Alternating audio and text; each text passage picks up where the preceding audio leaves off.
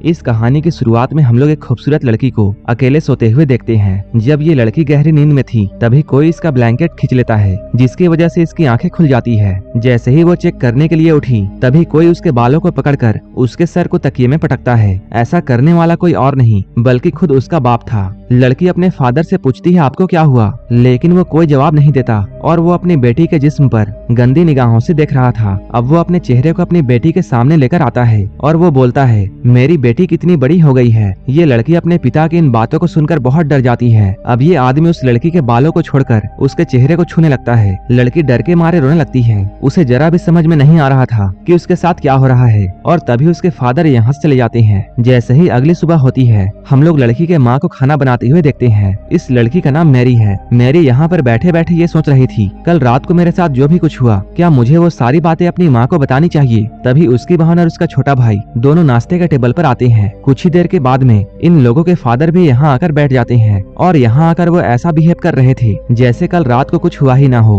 Mary मन ही मन में ये सोचती है कल रात को तो ये मुझे बहुत बुरी निगाहों से देख रहे थे, लेकिन अभी ये इतने नॉर्मल कैसे हैं। इसके बाद मैरी टेबल से उठती है और यहाँ से चली जाती है। तभी उसकी मदर यहाँ आकर खाने को जोर से टेबल पर पटकती है। यहाँ पर मॉम बहुत ही अजीब तरीके से खाने को खाती है, जैसे कि उन्होंने महीनों से खाना नहीं खाया हो। मॉम को ऐसी अजीब हरकतें करते हुए देखकर उसके बच्चे डरते हैं। तभी उसका बेटा भी खाने को उगल देता है और कहता है खाने में बहुत नमक है। तभी मॉम उसी खाने को उठाकर पागलों की तरह खाने लगती है। आखिर इस फैमिली के साथ में इतनी अजीब घटनाएं क्यों हो रही है। असल में इस फैमिली ने जब से एक नए कॉटेज में शिफ्ट किया है तभी से इनके साथ में अजीब सी घटनाएं हो रही हैं। इनके पड़ोसी कभी इनके आंगन में कोई अजीब सी स्टैचू लगा देते हैं तो कभी कोई उनके घर के सामने मरा हुआ जानवर लटका देता है। वहीं फादर हर रात को अपनी बेटी के साथ में अजीब सी हरकतें करते हैं। इसके अलावा मॉम भूखे भेड़िया की तरह खाने को खाती है और अपना खाया हुआ खाना अपने बेटे को भी खाने के लिए देती है, लेकिन बेटा इस खाने को खाना नहीं चाहता और वो अपने पिता की तरफ देखता है। वो कहते हैं अगर तुम इस खाने को खाना नहीं चाहते तो मत खाओ। फादर के इस बात को सुनकर मॉम उन्हें गुस्से भरे निगाहों से देखती है। इसके बाद वो खाने को टेबल पर फेंक देती है और प्लेट्स को भी जमीन पर फेंकती है। ये सब देखकर बच्चे बहुत डर जाते हैं। वो अपने बेटे को चिल्लाकर ये कहती है जो भी कुछ मैं बनाती हूँ तुम चुपचाप उसे खाया करो। वो इतनी जोर से चिल्लाती है कि उसका बेटा डर से रोने लगता है। बाप और बेटी को समझ में नहीं आ रहा था कि मॉम को क्या हो रहा है, लेकिन ये सब तो बस शुरुआत थी। इधर मैरी जब बाथरूम में नहा रही थी तभी कोई उसके पास आकर खड़ा हो जाता है। जब वो शीशे को साफ करके देखती है तब वो अचानक अपनी बहन को यहाँ देखकर डर जाती है। कुछ देर के बाद ये दोनों बहनें कमरे में होती हैं। तभी छोटी बहन मैरी को यह बताती है कि कैसे हर रात उसके फादर उसके कमरे में आते हैं और उसके साथ अजीब सी हरकतें करते हैं। मैरी जब अपने बहन से इन बातों को सुनती है तो उसे यकीन नहीं होता है कि उसके बहन के साथ में भी वैसा ही हो रहा है जैसा कि उसके साथ हर रात होता है। ये लोग अभी बातें कर ही रहे थे तभी इनके डैड अचानक यहाँ आ जाते हैं। इनके डैड ने भी इन दोनों की बातें सुन ली थी। तभी अचानक वो एक चाकू निकालकर इन दोनों पर हमला कर देते हैं। मैरी उन्हें धक्का देकर गिरा देती है और ये लोग अपनी जान बचाकर कमरे से भागते हैं। फिर से उनके डैड उनके सामने आ जाते हैं और मैरी की बालों को पकड़ लेते हैं। वो कुछ देर इन दोनों को देखते हैं और फिर मैरी को उठाकर फेंकते हैं। मैरी सीढ़ियों पर जाकर गिरती है और चोट की वजह से बेहोश हो जाती है। वहीं मैरी की बहन एना डरकर वहाँ से भागने लगती है। जब वो पीछे मुड़कर देखती है तब वो पाती है उसके डैड उसके पीछे नहीं आ रहे हैं। इधर डैड स्टोरेज रूम में गए हैं और वहाँ से वो एक हथौड़ा लेकर बाहर आते हैं। तब तक इधर मैरी को भी होश आ जाता है।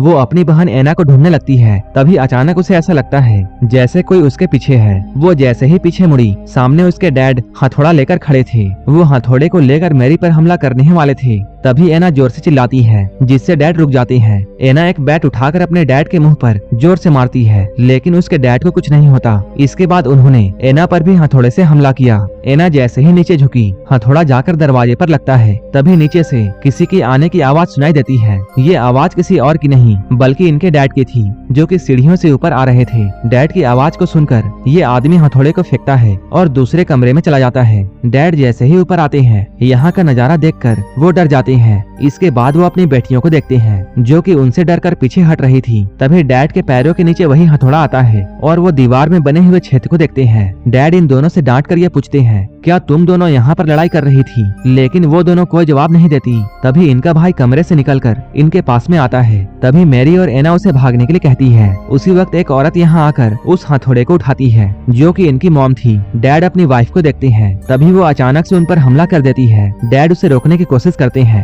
लेकिन वो औरत इन्हें धक्का देकर गिरा देती है। मॉम यहाँ पर बहुत डरावनी स्माइल करती है और वो टूटे हुए कांच पर पैर रखकर बड़ी आसानी से अपने रूम में चली जाती है। नीचे से फिर से किसी औरत की आवाज आती है और ये आवाज किसी और की नहीं बल्कि इनकी असली मॉम थी। वो यहाँ आकर इन सभी से पूछती है कि यहाँ क्या हो रहा है, लेकिन अब सभी लोग उनसे डरने लगते हैं। ये लोग डरते हुए रूम का दरवाजा खोलते हैं, लेकिन अब इस रूम में कोई नहीं था। इसके बाद ये लोग फ्लोर पर पड़े हुए हथौड़े को देखते हैं। मॉम अपनी बेटियों के पास में जाकर पूछती है क्या हुआ है, लेकिन एना और मैरी अपनी मॉम से बहुत डर रही थी। इसके बाद डैड अपने भाई को अपने घर पर बुलाते हैं। इनका भाई चर्च में एक पादरी था। चर्च के फादर यहाँ आकर उन्हें और भी ऐसे ही घटनाओं के बारे में बताते हैं, लेकिन उसका बड़ा भाई इन सब में विश्वास नहीं करता था। रात को ये सभी लोग ये डिसाइड करते हैं कि ये सभी लोग एक साथ एक ही रूम में सोएंगे, लेकिन रात में इनके छोटे बेटे को टॉयलेट आती है। वो बिना किसी को परेशान किए खुद अकेला ही बाथरूम चला जाता है। तभी उसी की तरह दिखने वाला एक बच्चा रूम में आता है। वो एक चाकू को उठाकर अजीब सी स्माइल करता है। वो फादर को मारना चाहता था, लेकिन वो उसे नहीं मारता। देखने में ऐसा लग रहा था जैसे कि उसे ऐसा करने में किसी चीज ने रोक दिया हो। आज की रात आराम से गुजर गई। फादर इस चीज से अकेले नहीं लड़ सकते थे, इसलिए उन्होंने अपने सीनियर्स से मदद मांगी। सीनियर्स आपस में बैठकर बातें करते हैं कि आखिर उस घर में क्या चल रहा है। अब ये सभी लोग वहां जाकर प्रार्थना करने का प्लान बनाते हैं। ये सीनियर फादर इस काम में बहुत माहिर थे।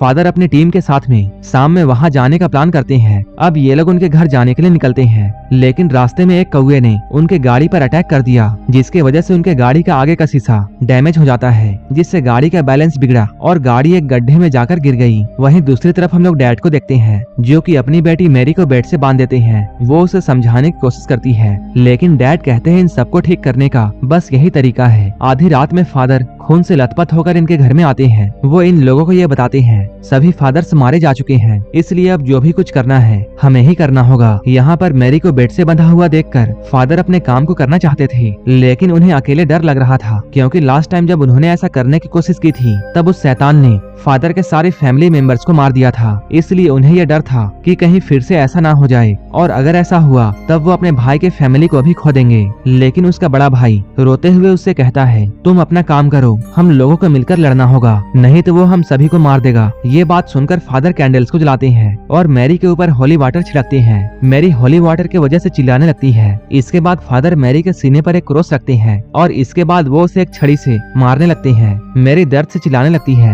वो पूछती है वो लोग उसके साथ ऐसा क्यों कर रहे हैं। फादर मैरी के डैड से ये पूछता है क्या तुम अब भी इस इलाज को कंटिन्यू करना चाहते हो। ये सब देखकर मैरी के डैड रोने लगते हैं। जब एक छड़ी टूट जाती है तब पादरी दूसरी छड़ी निकालता है। मैरी दर्द के मारे बेहोश हो जाती है। वहीं दूसरी तरफ हम लोग उस जगह को देखते हैं जहाँ यहाँ पर आने वाले फादर का एक्सीडेंट हुआ था। यहाँ पुलिस की टीम पहुँच चुकी है। जैसे ही वो लोग गाड़ी से फादर को निकालते हैं, गाड़ी में जोरों से धमाका होता है। इन सभी लोगों के बीच में मैरी के डैड का भाई भी मौजूद होता है। इसका मतलब ये था कि वो आदमी जो कि अभी मैरी के घर पर है वो कोई पादरी नहीं बल्कि खुद वही शैतान है। इसलिए वो मैरी को बेवजह दर्द दे रहा था। लेकिन अब मैरी की मॉम से ये सब बर्दाश्त नहीं होता। वो कहती है ये कोई इलाज नहीं है, ऐसा करते रहने से मेरी बेटी तो मर जाएगी। इसके बाद वो फादर को पकड़ लेती है ताकि वो मैरी को ना मार सके, लेकिन डैड उसकी बातों को नहीं सुनते और वो अपनी बीवी को जोर से धक्का देते हैं और पादरी से कहते हैं तुम इस रिचुअल को करते रहो। इसके बाद अचानक डैड अपनी वाइफ के पास में जाकर उसका गला दबाने लगते हैं। तभी अचानक वो अपने भाई की तरफ देखता है जिसके चेहरे पर एक डरावनी हंसी थी। डैड को समझ में आ जाता है। इसके बाद वो शैतान पर हमला करते हैं, लेकिन वो शैतान डैड को मारकर नीचे गिरा देता है। जैसे ही वो शैतान डैड को मारने वाला था तभी असली फादर यहाँ पहुँच जाते हैं। वो यहाँ पर कुछ मंत्र पढ़ते हैं जिससे वो बुरी आत्मा यहाँ से चली जाती है। मैरी बहुत बुरे तरीके से जख्मी हो गई थी।